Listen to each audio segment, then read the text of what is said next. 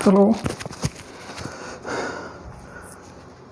कल के वीडियो से आगे स्टार्ट करते हैं। कल अपन ने लास्ट वीडियो में सीखा था साइन थीटा की वैल्यू, साइन 0 की वैल्यू 0, 30 की वैल्यू 1/2, 45 की वैल्यू 1/√2, 60 की √3/2, 90 की 1। आज सीखेंगे इन टेबल को और कैसे बनाते हैं, कुछ आगे के नेक्स्ट फार्मूले उसके साथ फिर कैरी करते हैं।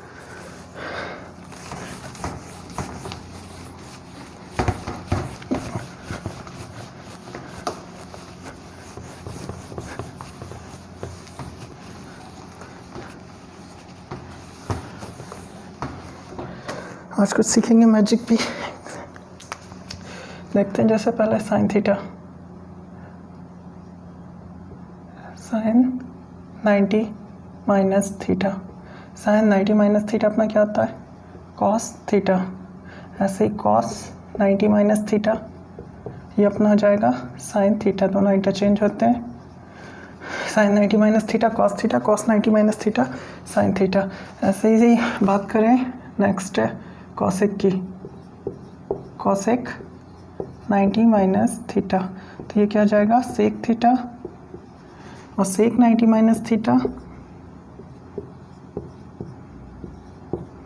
अपना कॉसेक थीटा। ठीक है, अब इसके बाद नेक्स्ट बचता है टेन, तो tan 90 minus theta cot theta, और कॉट 90 माइनस थीटा अपना हो जाएगा टेन थीटा। तो ये थोड़े से फॉर्मूले और हैं, इन्हें और ध्यान देना एक बार। साइन 90 माइनस थीटा अपना cos theta, cos 90 minus theta sine theta, sine और कॉस इंटरचेंज हो जाएंगे, कॉसेक सेक हो जाएगा, सेक कॉसेक, है ना, कॉसेक और सेक इंटरचेंज, टेन और कॉट आपस में इंटरचेंज हो जाएंगे। जैसे हमने कल वैल्यू चार्ट बनाया था, वैल्यू चार्ट में हमने देखा था कुछ वैल्यू निकालना। जैसे कौन सी वैल्यू हमने, अगर आपको साइन की वैल्यू याद हो, सबसे पहले साइन में 0, फिर होती थी 1/2, फिर होती थी 1/√2, फिर होती थी √3/2, फिर लास्ट वाली 1। ये 0 की थी, ये 30, ये 45, और ये 60, और ये 90। इतनी वैल्यू थी अपनी। इन वैल्यू में अगर हमने ध्यान से देखें, ये पूरी साइन की वैल्यू है, और कॉस की वैल्यू लिखते समय अपन ने उल्टा लिख दिया था, ऐसे यहाँ से लिखना चालू कर दिया था 1, फिर √3/2, फिर 1/√2, और ये 1/2, और ये 0। तो ये कॉन्सेप्ट पे उल्टा लिखने वाला इन्हीं फॉर्मूले से जनरेट हुआ है। देखना एक बार क्या होता है। जैसे अपन ने साइन लिखा, साइन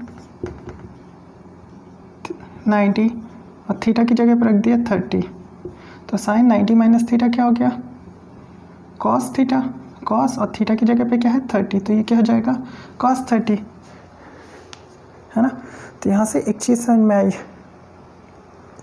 जो साइन में 90 माइनस 30 कितना होगा, साइन 60, तो जो साइन 60 होगा वही यहाँ पे कॉस 30 होगा।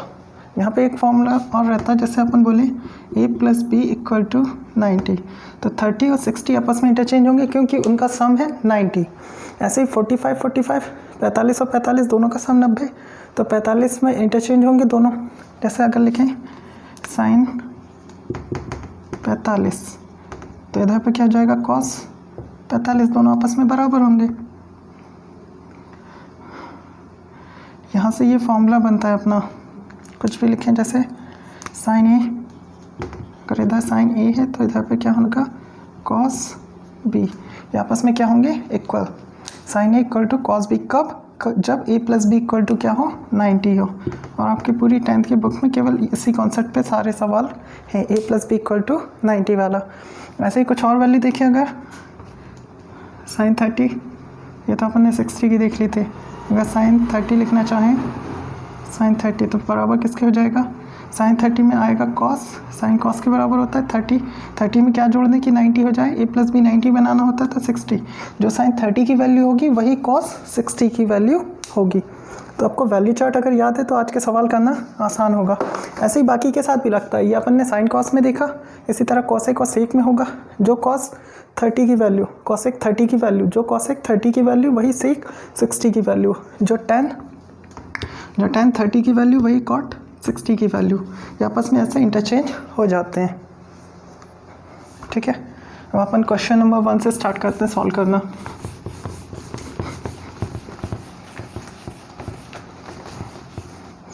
क्वेश्चन नंबर 1 क्या दिया अपन को,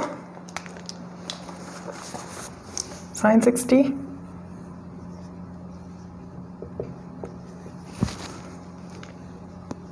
cos 30 प्लस sin 30 और cos 60 है ना। ये क्वेश्चन नंबर फर्स्ट है अपना। इसे सॉल्व करने के लिए अपन को वैल्यू याद होनी चाहिए। जैसे sin 60 की अपन ने वैल्यू याद की थी, कितनी थी, √3/2, और ये इंटू में साथ में क्या है, cos 30, जो sin 60 है वही क्या है, cos 30, तो ये भी क्या जाएगा √3/2। sin 30 की वैल्यू 1/2, जो sin 30 है वही क्या हो जाएगा, cos 60, क्योंकि इन दोनों का सम क्या है 90, तो ये भी क्या हो जाएगा 1/2। इंटू में पहले इंटू वाला सॉल्व करेंगे, √3 × 3 3 हो जाएगा, 2 2 ज़ा 4 प्लस 1 1 ज़ा 1, 2 2 ज़ा 4, एलसीएम लेंगे 4 और 3 और 1, और ये 4 हो गया, 4/4, तो आंसर क्या आ गया 1। फर्स्ट क्वेश्चन अपना सॉल्व हो गया। क्वेश्चन बहुत आसान है, बस वैल्यू आपको थोड़ी सी याद करनी पड़ेगी। एक बार याद करने की आप अपनी भी ट्रिक बना सकते हैं, बाकी जो नेक्स्ट प्रीवियस वीडियो है उसे देख के आप एक बार और रिवाइज कर सकते हैं, क्योंकि वो जब तक ये वैल्यू चार्ट या आपको याद नहीं है तब तक ये क्वेश्चन तो बनना नामुमकिन है एग्ज़ाम में। तो आप नेक्स्ट क्वेश्चन ट्राई करते हैं। नेक्स्ट क्वेश्चन क्या है, 2 tan² 45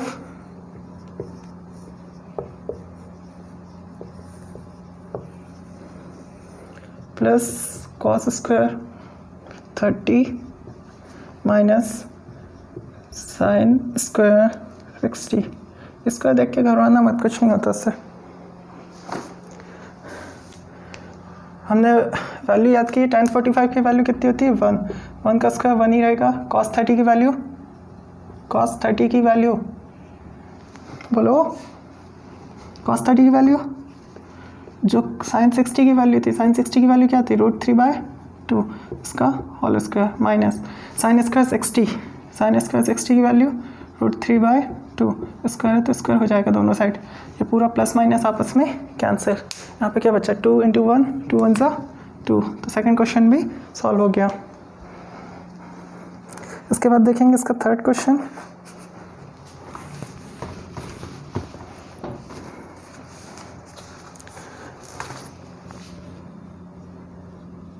cos 45 नीचे sec 30 प्लस cosec 30 है ना। cos 45 की अपन को वैल्यू याद है, cos 45 कितना होता है, जितना 10 sin 45, 45 45 90, sin 45 अपन ने याद किया था 1/√2। sec 30 कितना था अपना, sec 30, sec किसका उल्टा होता है, cos का, cos 30 होता है √3/2, और sec 30 क्या हो जाएगा 2/√3। cosec 30 जो sin 30 होता है, sin 30 कितना होता है, अरे 1/sin देखा था फॉर्मूला, sin = 1/cosec, और cosec = 1/sin थीटा। तो यहाँ पे कितना है, cosec 30, हमने sin 30 की वैल्यू याद है 1/2, तो cosec 30 की 1/2 का उल्टा, तो कितना जाएगा 2/1। तो नीचे वाले का एलसीएम लेंगे, कितना आएगा √3 ऊपर 2 प्लस √3 का इंटू में 2 में इंटू 2 √3, ये ऊपर जाके पलट जाएगा, ऊपर कितना है 1/√2, और ये पलट के कितना हो जाएगा √3 ऊपर, और नीचे 2, ऐसे पहले लिखना पड़ा है 2√3 + 2, ठीक है। अब देखो इन क्वेश्चनों में एक चीज़ ध्यान देने लायक होती है, कभी भी नीचे रेशो में अंडर रूट नहीं बचना चाहिए, जहाँ भी अंडर रूट हो उसका रेशनलाइजेशन करना पड़ेगा। तो अंडर रूट का रेशनलाइजेशन करेंगे, √2 का तो कितना जाएगा, रेशनलाइजेशन पढ़ा है 9th क्लास में आप लोगों ने, ऊपर नीचे √2 का इंटू, यहाँ पे क्या है प्लस साइन है, प्लस साइन का अपोजिट साइन क्या होता है माइनस, 2√3 माइनस लगा के ऊपर नीचे इंटू, ठीक है। अब क्या होगा, ये 2 3 ज़ा √6, और बाकी इसमें से 2 कॉमन आ जाएगा, बचेगा √3 - 1, ये 2 2 थे, 2 2 में से एक 2 कॉमन ले लिया, बचा √3 - 1, यहाँ पे √2, और यहाँ पे कितना आ जाएगा, ये √2 × 2 कितना हो जाएगा 2, और ये a + b बन रहा है, ये a - B, A plus B, A plus B, A minus B, तो क्या होता है formula A plus B, A minus B, A plus B, A minus B, formula याद है तो ए का स्क्वायर माइनस बी का स्क्वायर, तो क्या जाएगा 2√3 का स्क्वायर, 2√3 का स्क्वायर माइनस 2 का स्क्वायर, ऐसे ब्रैकेट में ले लेंगे। तो 2 का स्क्वायर कितना जाएगा 4 और 4 और √3 का स्क्वायर 3 है ना, तो 4 3 से ये हो जाएगा 12 और ये 2 का स्क्वायर 4, 12 में से 4 माइनस करेंगे बचेगा कितना 6, ये 2 से ये 2 कैंसिल हो जाएगा, यहाँ पे कितना बचेगा नीचे 6, ठीक है। तो यही अपना फाइनल आंसर हो जाएगा, सॉरी 8 बचेगा, यहाँ पे कितना बचेगा 8, तो अपना आंसर क्या हो गया √6 √3 - 1 अपॉन में 8, यहाँ पे लिख दें, इधर जगह √6 और ब्रैकेट में बचा √3 - 1 अपॉन में 8, ठीक है। ये अपने 3 क्वेश्चन हो गए। इसी तरह बाकी 2 क्वेश्चन और बचे हैं, आप ट्राई कर सकते हो, बहुत सिंपल क्वेश्चन है, जस्ट वैल्यू पुटिंग के क्वेश्चन है ये, वैल्यू पुट करो और सॉल्व करो।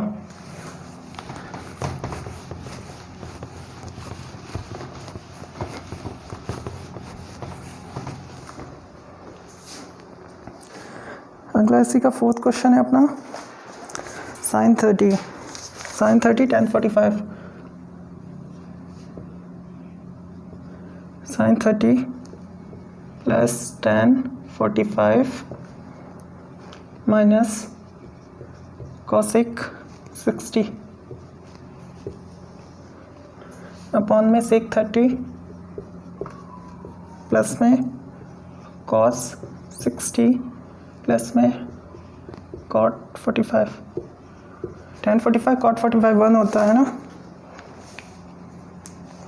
देखो पहले sin 30 की वैल्यू कितनी 1/2 हाफ होती है, 1045 की 1 माइनस cosec 60, जो sin 60 की वही उल्टी, sin 60 की √3/2, इसका 2/√3 अपॉन, इसका एलसीएम लेना पड़ेगा, अपॉन थोड़ा नीचे बनाते हैं, sec 30 जो cos 30 कितना होता है √3/2, तो इसका क्या जाएगा 2/√3 प्लस cos 60 जो sin 30 कितना 1/2, ऐसे ही cot 45 जो 1045 था cot 45 1।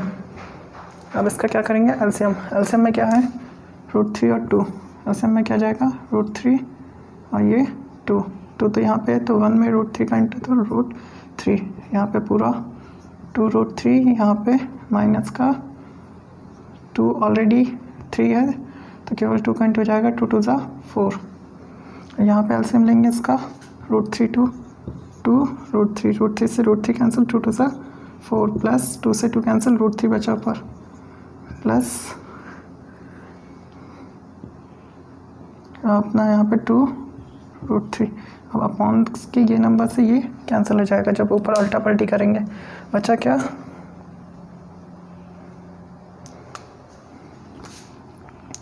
यहाँ पे अपने पास बचा √3 प्लस 2√3, 3 और √3, एक मिनट इससे देखना 2√3 और ये 1√3 है तो कितना जाएगा 3√3 माइनस 4, और नीचे साइड कितना है 2√3 और 1√3, 3√3 और प्लस का 4, ठीक है, कुछ छोटा तो नहीं।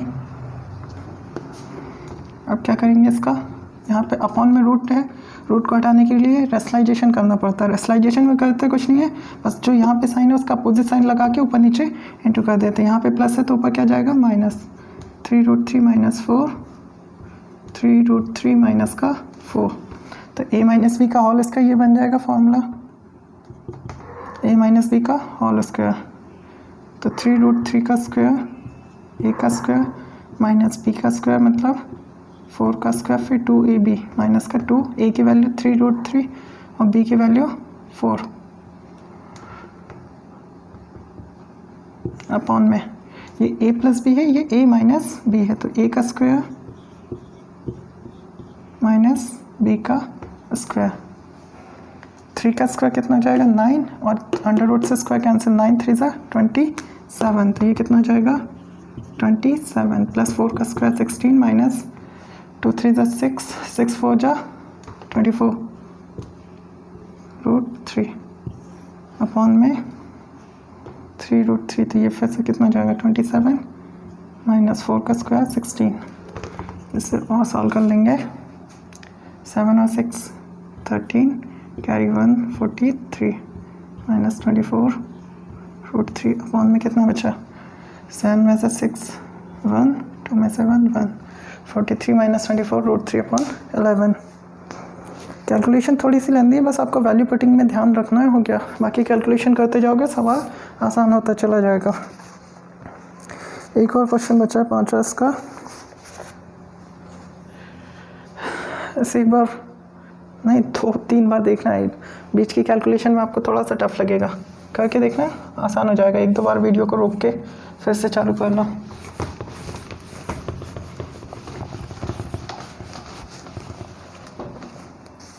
और इसका 5th क्वेश्चन देखते हैं, क्या है 5 cos square 60 plus 4 sec square 30 minus का tan स्क्वायर 45 माइनस का tan स्क्वायर 45 स्क्वायर है, इस बार सारे टर्म में ध्यान देना। sin square 30 plus cos square 30, ठीक। इसे सॉल्व करते हैं अपन। पहला क्या है 5 cos 60 की वैल्यू जो sin 30 की होती है 1/2 उसका स्क्वायर प्लस 4 sec 30 जो cos 30 वही sec 30 उसका उल्टा। cos 30 की वैल्यू कितनी होती है √3/2, तो इसकी 2/√3 और उसका square minus tan square 45, tan 45 की वैल्यू 1 का स्क्वायर तो 1 ही रहेगा खैर। फिर sin स्क्वायर 30, sin 30 की वैल्यू 1/2 स्क्वायर है तो स्क्वायर कर दिया, cos 30 की वैल्यू √3/2 का होल स्क्वायर। देखो ये कितना जाएगा 5, 2 का स्क्वायर कितना 4, तो 5/4 प्लस 2 2 ज़ा 4, 4 4 ज़ा 16, 3 का स्क्वायर 3 √3 का स्क्वायर है ना, और माइनस 1। इसका एलसीएम लेंगे 4 3 12 12, 4 3 ज़ा 12 है ना, 3 5 ज़ा 15, 4 16 4 ज़ा 64 माइनस 12 1 ज़ा 12। फिर बड़ा ब्रैकेट, इसको भी सॉल्व करेंगे 1/2, 2 का स्क्वायर कितना जाएगा 4 और फिर प्लस ये है ना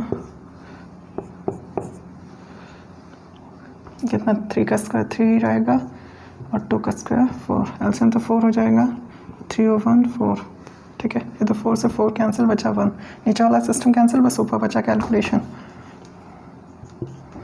ऊपर कितना है 15 और 64, 6 में से 4 का सॉरी 4 में से 2 घटाए 2, 6 में से 1 गया 5 प्लस 15 15 और 52, 5 और 2 7, 5 और 1 6 अपॉन में कितना है 12, अपॉन में 12 67/12। ये अपना क्या हो जाएगा, पाँचों क्वेश्चन हो गए। तो क्वेश्चन बहुत सिंपल है, वैल्यू पुट करना बस आना चाहिए हल्का सा, ठीक है।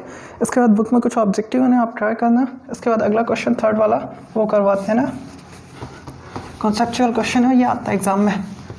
इनमें से एक क्वेश्चन आएगा 2 नंबर का जो अभी पढ़ा है अपन ने, और नेक्स्ट है ये जो क्वेश्चन, इससे इसके चांसेस ज़्यादा रहते हैं। ये 4 नंबर में दिया जाता है, अधिकतर पूछते हैं।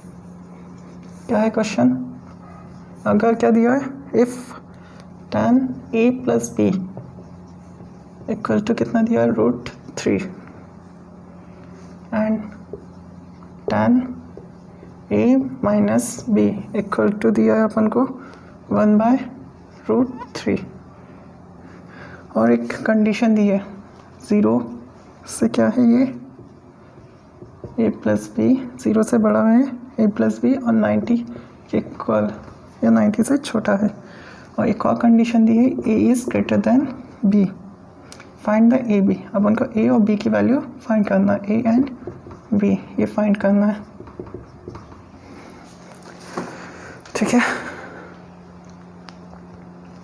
तो कैसे करेंगे, पहले tan a प्लस बी √3 दिया है, तो tan में √3 किसकी वैल्यू होती है याद है, tan √3 अगर अपने tan की टेबल याद की होगी तो tan 60 की वैल्यू कितनी होती है, √3। ऐसे ही 1/√3 किसकी होती है, tan 30 की, है ना। तो ये tan से tan इसके कंपेयर करेंगे तो क्या आ जाएगा अपना a + b = 60 डिग्री। ऐसे a - b = 30। यहाँ से दो इक्वेशन हो गई, दो वेरिएबल आराम से सॉल्व कर लेंगे। इक्वेशन को ऐड करें फर्स्ट और सेकंड को, तो +b - b कैंसिल, a और a कितना हो गया 2a, 60 और 30 90। तो a की वैल्यू कितनी आ गई 90/2, 90/2 मतलब 45। a की वैल्यू कितनी आ गई 45। तो a की वैल्यू इक्वेशन 1 में पुट कर दे तो b की भी आ जाएगी। ये कितनी था a + b = 60। a की जगह पर रखेंगे 45 + b = 60। तो b की वैल्यू कितनी आ गई 45 प्लस का इधर जाएगा तो माइनस में 60 - 45 तो कितना आया ये 15। ये इंपॉर्टेंट क्वेश्चन है, IMP मार्क करना एग्जाम में बहुत बार आता है, थोड़ा ध्यान से इसे, है ना। इसमें क्वेश्चन देखते आपको क्लिक करना चाहिए, क्या tan a + b दिया है, यहाँ पे √3 दिखा, √3 दिखते साथ अपन को याद आना चाहिए कि ये किसकी वैल्यू होती है tan 60 की वैल्यू होती है। ऐसे tan a - b की बात करें, tan a - b = 1/√3, 1/√3 दिखते साथ tan 30 याद आना चाहिए। कंपेयर करेंगे tan से tan कैंसिल, a - b = 30, ऊपर वाला a + b = 60। और बाकी इक्वेशन को ऐड कर देंगे तो ऐड करने से b से b कैंसिल हो जाएगा, a और a 2a 90 कैंसिल करके 45। इक्वेशन 1 में वापस वैल्यू पुट कर देंगे यहाँ से, तो a की वैल्यू आ गई और ये b की वैल्यू 15। ये b की वैल्यू तो फाइंड करना था। ये इंपॉर्टेंट क्वेश्चन है, पिछली बार आया भी था एग्जाम में।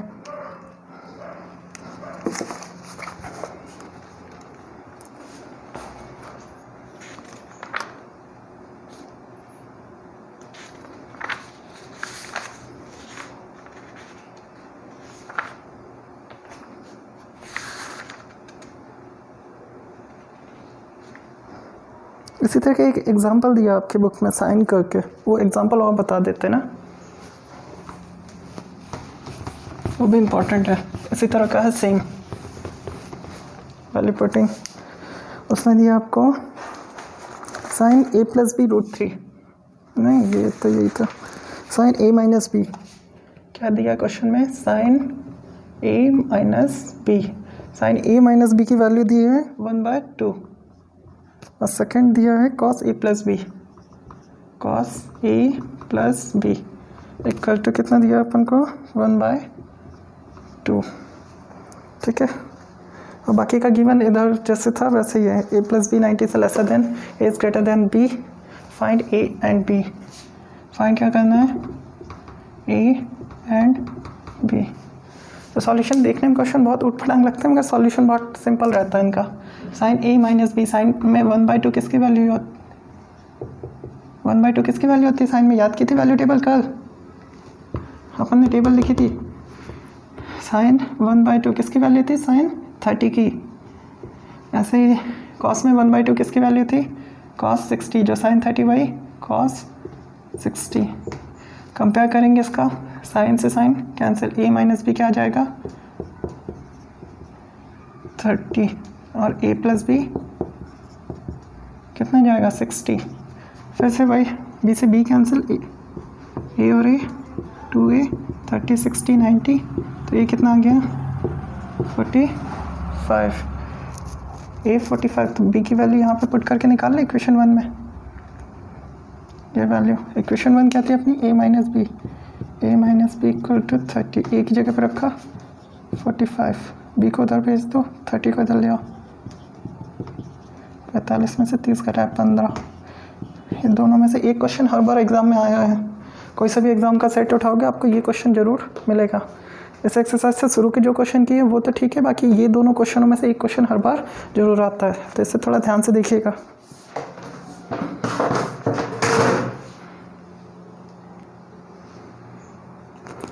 हाँ, पिछली क्लास का एक डाउट बच्चे लोग पूछ रहे थे इसकी 8.1 एक्सरसाइज का क्वेश्चन देखना एक बार फिर से।